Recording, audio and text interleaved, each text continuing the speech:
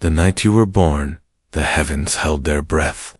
Planets paused in their orbits for the space of a heartbeat, and the stars etched an invisible sigil across the sky, a silent contract between the cosmos and your soul. Or so the old astrologers claimed, whispering in candlelit chambers where kings and fugitives alike came to bargain with fate. Picture an ancient tower library on the windswept edge of Babylon. Clay tablets, still warm from the kiln, lie stacked beside obsidian lenses and hammered bronze star maps. A hooded scribe traces cuneiform lines, murmuring incantations older than the desert itself. He has never met the crying infant whose name appears on the tablet before him, yet, by sunrise, he will claim to know that child's triumphs and tragedies better than any parent could dare. Tonight, we unseal that forgotten room. We will ask the question modern skeptics love to ridicule, yet secretly fear. Can one celestial snapshot, the birth chart, truly reveal the labyrinth ahead? Is destiny a manuscript already penned, or a palimpsest we rewrite with every choice? Over the next 2 hours, we'll brush away the dust of millennia to uncover how Mesopotamian magi, Greek philosophers, and Renaissance alchemists all peered into the same cosmic blueprint, Chicks, convinced it held the coordinates of human purpose. We'll dissect the hidden geometry behind those swirling glyphs, and confront the paradoxes that have shadowed astrology since the first star was named. But be warned, answers seldom arrive without a price. The chart may illuminate possibilities, or expose truths you never wished to face. Somewhere between astronomy's cold mathematics and mysticism's glowing embers lies a zone of shimmering uncertainty, an echo chamber, where your future voice is already speaking, if you learn how to listen. So dim the lights, silence your doubts, and step beyond the veil with me. The ink the universe spilled on the night of your birth has not yet dried. Run your fingers across it, and you may feel the pulse of something vast, ancient, and disturbingly familiar. Are you ready to read what the sky once wrote in your name?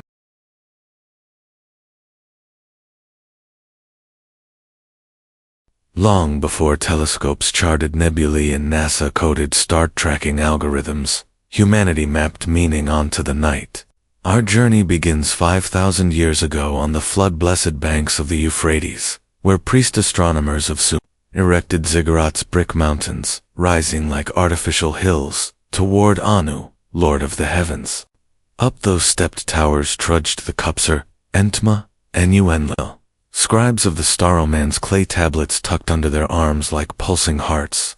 Each dawn they pressed wedge-shaped script into wet earth. When Jupiter rises in the east, the king's army will conquer. These were not mere horoscopes, they were state secrets. For the ancient Mesopotamians, the sky was a divine message board, and decoding it meant unlocking political power. Across the Aegean, Greek philosophers absorbed those omens and refined them into geometry. By the 2nd century BCE, Hipparchus had calculated planetary epicycles with astonishing accuracy. Yet even he spoke in reverent tones about the music of the spheres, a harmony supposedly vibrating through every birth. His intellectual heir, Claudius Ptolemy, compiled the Tetrabiblos, the first grand treatise to argue that cosmic patterns imprint themselves on the newborn, like a seal on hot wax. To Ptolemy, astrology was neither blind faith nor it was the natural philosophy of sympathy, a doctrine that distant bodies and earthly souls resonate along invisible strings. Enter the mysterious Hermes Trismegistus, whose Egyptian-Greek texts later, bound as the Corpus Hermeticum, whispered that as above, so below. Renaissance scholars treated these writings like smuggled treasure from Atlantis. Marsilio Ficino, translating Hermes by candlelight for the Medici court, believed that drawing down planetary rays through talismans could magnify human genius or cure melancholy. Astrology in this era wasn't a parlor game. It was experimental metaphysics, weaving astronomy, medicine, and magic into a single braid. Yet knowledge that promises control over fate attracts censorship. In 1586, Pope Sixtus V issued a bull condemning deterministic astrologers, fearful that predictions of papal deaths could become self-fulfilling. Not to be outdone, the budding scientific establishment soon turned its own blade. By the Enlightenment, fashionable salons scoffed at birth charts, branding them relics of a superstitious dark age. Still, Isaac Newton, often hailed as science's high priest, once retorted to a sneering skeptic, "Sir, I have studied the subject. You have not." East of Constantinople, Chinese cosmologists were scripting a parallel saga. Imperial astrologers recorded solar eclipses so precisely that missing one could warrant execution. Their Ziwei Doshu purple star system plotted destiny through 14 star lords and 108 auxiliary spirits, believing a birth moment fixed one's mandate of heaven. Meanwhile, India's Jyotisha tradition framed time itself as a vast wheel, 9 graha planets churning out karma cycles lasting tens of thousands of years. Despite cultural distance, all these civilizations converged on a single premise: the hour you inhale your first breath imprints cosmic coordinates onto your story. So why did such globally entrenched wisdom vanish from mainstream respectability? Partly, the telescope's cold lens rendered the heavens mechanical, stripping them of mythic voice. Partly, colonial powers dismissed indigenous cosmologies as primitive, replacing them with clock time and industrial schedules. But beneath the rational veneer, astrology never died. It merely mutated, slipping into secret societies, survivalist almanacs, and, eventually, 20th century psychology clinics. Carl Jung rediscovered the hidden thread, calling astrology the sum of all the psychological knowledge of antiquity. Tonight, as we unspool that thread, remember, history is not a straight line of progress, but a spiral. Knowledge buried often returns bearing deeper questions about free will, responsibility, and the very architecture of consciousness. In the next chapter, we'll enter the chart itself, glyph by glyph, and test whether those ancient claims still pulse with relevance in the algorithmic age.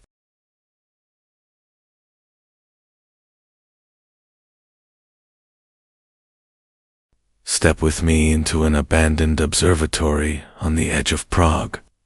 Dust floats in moonshafts like powdered silver, settling on brass astrolabes and cracked ink-stained parchment.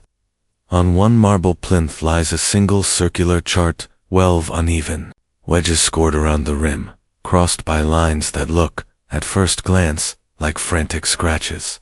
Yet anyone who has ever stared at their own natal wheel knows the strange magnetism of this diagram. It is less a map than an X-ray, the skeleton of time, frozen at one breathtaking instant. To understand how a birth chart might hint at destiny, we first need to see how those scratches become sentences. Picture the heavens as a colossal stage play in the round. The Sinzaris through Pisces are 12 painted backdrops, each tinted with a mood, impulsive, fertile, mournful, prophetic. The planets are the actors, pacing their own peculiar circuits, some stormy-eyed, others reflective, none ever still. Finally, the houses are the numbered seats in the theater, where those actors deliver their lines, where Venus enters as a love-struck troubadour in the 5th house. Romance swells like orchestral strings. Place her instead in the 10th, and she chants of public acclaim and poisonous envy. But the most crucial glyph, the pointer that spins the whole compass, is the ascendant, the zodiac sign, climbing the eastern horizon at that first inhalation. Ancient Persians called it the mask of the soul. Believing its traits weave the physical clay we show the world. Think of the ascendant as the lens on a camera. Tilt it, and the same light bends into radically different portraits. Modern astrologers still debate whether this single point alone can sway temperament, yet the pattern is too persistent to dismiss. Collect a room of strangers whose birth clocks share the same rising sign, and you may notice an uncanny resonance, similar posture, vocal tone, even recurring dreams. Coincidence? Or a reminder that personality might be more atmospheric than autonomous, like weather fronts rolling through private skies? Let us test this notion through story. In 1483, a German goldsmith's wife delivered twin boys just minutes apart. A local astrologer, Johannes Lichtenberger, examined their nearly identical charts and predicted parallel lives. History, however, records that one brother became a celebrated sculptor in Nuremberg, while the other died penniless on crusade. Skeptics trumpet this as proof of astrology's failure, but Lichtenberger wrote an overlooked postscript. He warned that in a chart so akin, small motions become roaring rivers. Translation: the slightest orbital shift Mercury, sliding 1 arc degree. The moon cresting across a house. Cusp can launch to nearly parallel timelines toward opposite horizons. In chaos theory, they call it sensitive dependence on initial conditions. Astrologers met the butterfly effect 5 centuries early. The chart, then, is not a rigid verdict. It is a field of probabilities. Imagine a stained glass window. Sunlight pours through, but the colors cast across the floor change as the sun arcs higher. Your will is the moving light. The birth chart is the glass. Block one pane, another hue intensifies. Thus the key to decoding fate is not passive acceptance, but active negotiation. Astrologers speak of electional magic, choosing days whose planetary weather supports the seeds you wish to plant. Renaissance bankers timed risky voyages for moments when Jupiter, Lord of Expansion, trined the mid-haven 20th century psychotherapists. Scheduled breakthroughs for hours when the moon, symbol of memory, rose in Cancer. Whether these gambits truly bent reality or merely emboldened the actors is an open question, but confidence. 2. Writes chapters of fate. We have named the stage, the players, the seats. Yet an invisible geometry links them. Angular relationships called aspect squares, trines, oppositions, webbing the chart in lines that look eerily like the strands of a spider anticipating prey. A planet square to another is said to create friction, as if two violin strings tuned only a hair apart generate a painful dissonance. But dissonance can drive symphonies. Beethoven thrived on it. So, does a stressful aspect doom you, or forge the iron in your spine? Before we decide, we must descend one level deeper into retrograde's nodes, and the asteroids named for forgotten goddesses. There, our blueprint starts to whisper unnervingly specific clues. The year a marriage might be tested, the season when a career turns molten. Hold that thought. In the next segment, we will prise open these hidden hinges and confront the chart's most unsettling claim, that the story of your future may already be echoing in the chambers of your past.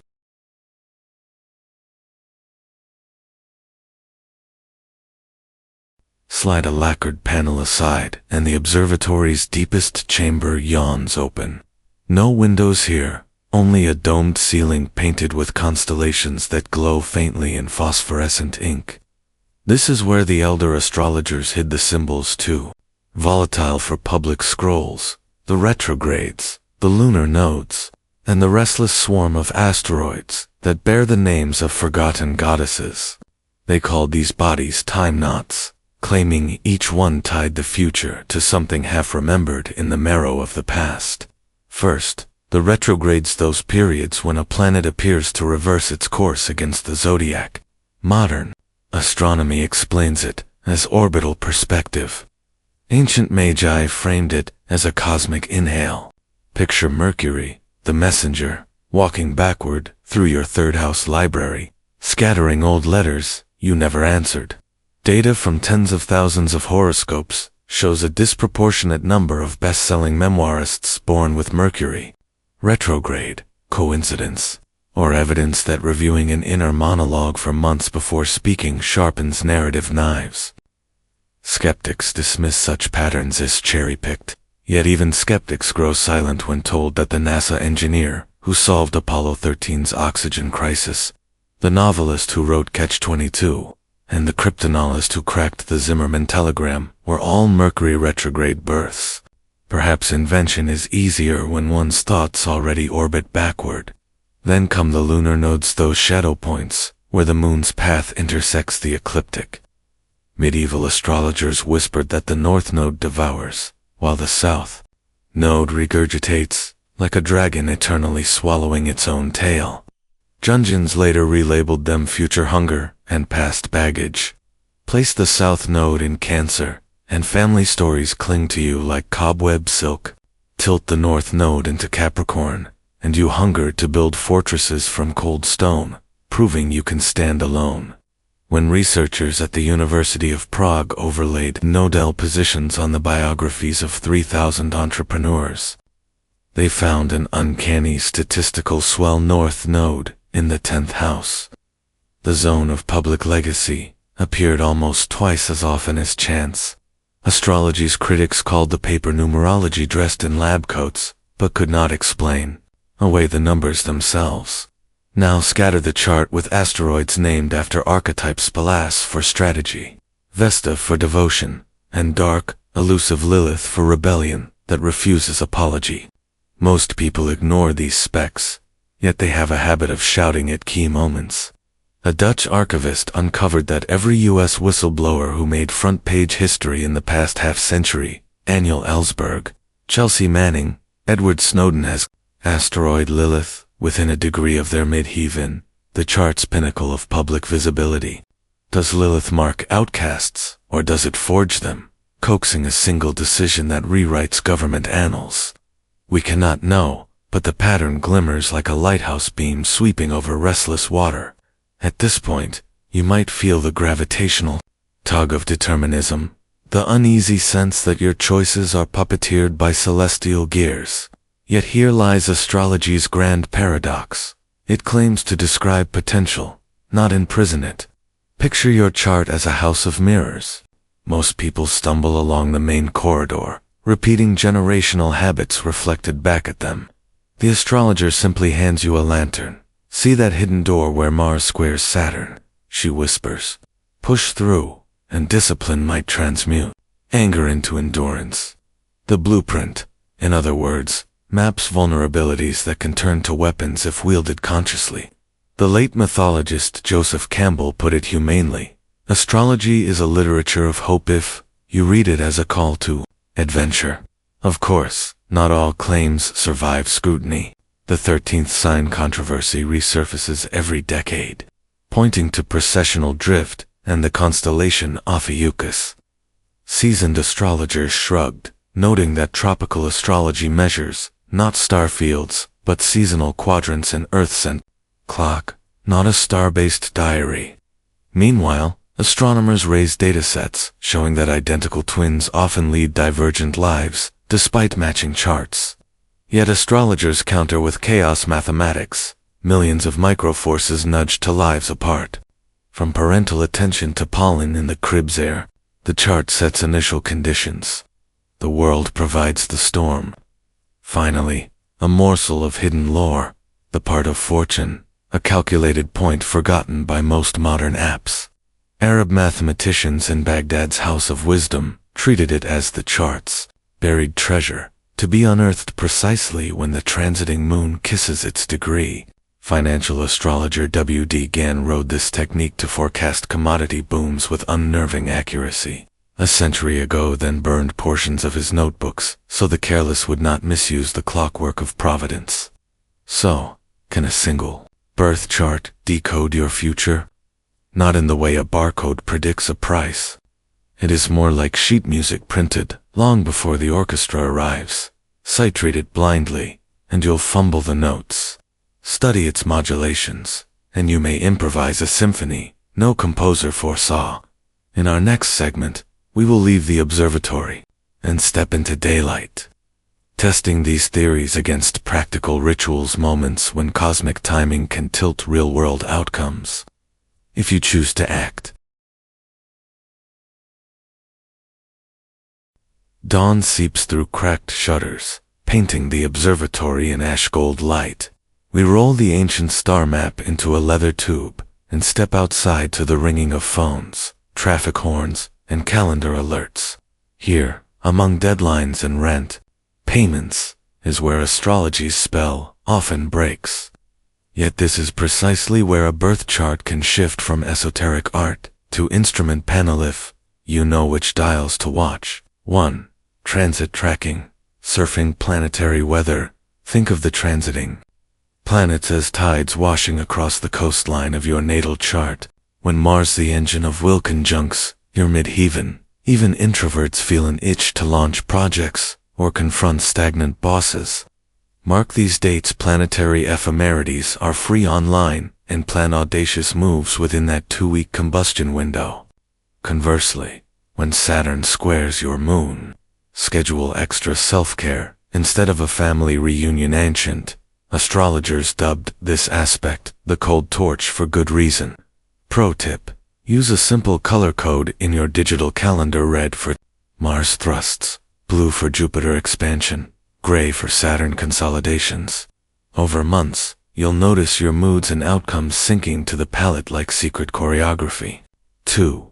Planetary hours. Micro-timing your day. The Renaissance mage Cornelius Agrippa swore that each day's 24 segments pulse with the signature of a ruling planet. Modern practitioners set phone alarms. Venus hours for creative brainstorming, Mercury hours for emails, Mars hours for high-intensity workouts. The technique costs nothing but attention.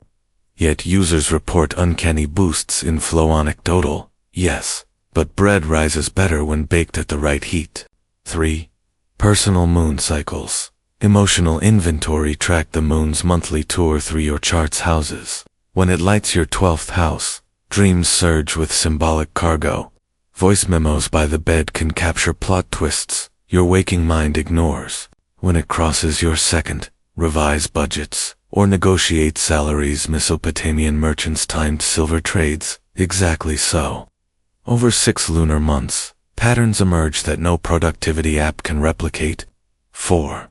Aspect journaling. Turning friction into fuel. Locate the tightest square or opposition in your natal wheel. Perhaps Venus versus Pluto, love wrestled by obsession. Each time transits trigger that angle. Jot events and feelings for 30 days. You're performing psychoarchaeology, digging past reflex reactions to expose the buried mineral. Maybe a fear of abandonment masquerading as jealousy. The chart didn't cause the wound. It simply highlights the fault line so you can reinforce it before the next quake. 5. Electional windows. Crafting synchronicity. Need to launch a Kickstarter. Check for a waxing moon growth sextile Jupiter abundance. Filing, divorce papers. Some choose waning moon days, when Saturn backs their resolve. Purists run full electional calculations. But beginners can start with one rule. Avoid Mercury retrograde for contracts, unless revising old ones. Is this cosmic superstition or cognitive priming? Either way, results improve when action and belief march in lockstep. 6. Avoiding the common traps. Fatalistic freezing. A dire transit is not doom. It's a weather report. Pack an umbrella. Don't cancel the journey. Overgeneralizing. Internet memes flatten nuance. Your Mars in Cancer is not weak. It's guerrilla-style courage. Chart, tunnel vision. Astrology complements, never replaces, therapy, medical advice, or financial planning. Think of it as a mythic overlay to hard data, not a substitute. 7. Crafting your personal ritual. Choose one key placement, say Sun in Virgo, House 6. Design a monthly ritual that honors it. Meticulous decluttering by candlelight, thanking the sun for precision that keeps chaos at bay. Ritual anchors intention. Repetition trains the subconscious. Over time, you'll notice synchronicities clustering around these acts, as if the cosmos recognizes familiar knock patterns. Practical astrology is not fortune telling, it's pattern literacy. The birth chart whispers, here is the windrose of your inner sea, tack wisely.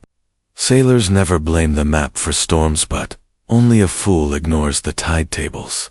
Next, we will tie these practices back to the grand question of free will and destiny, bringing our journey full circle and leaving you with one final riddle to ponder.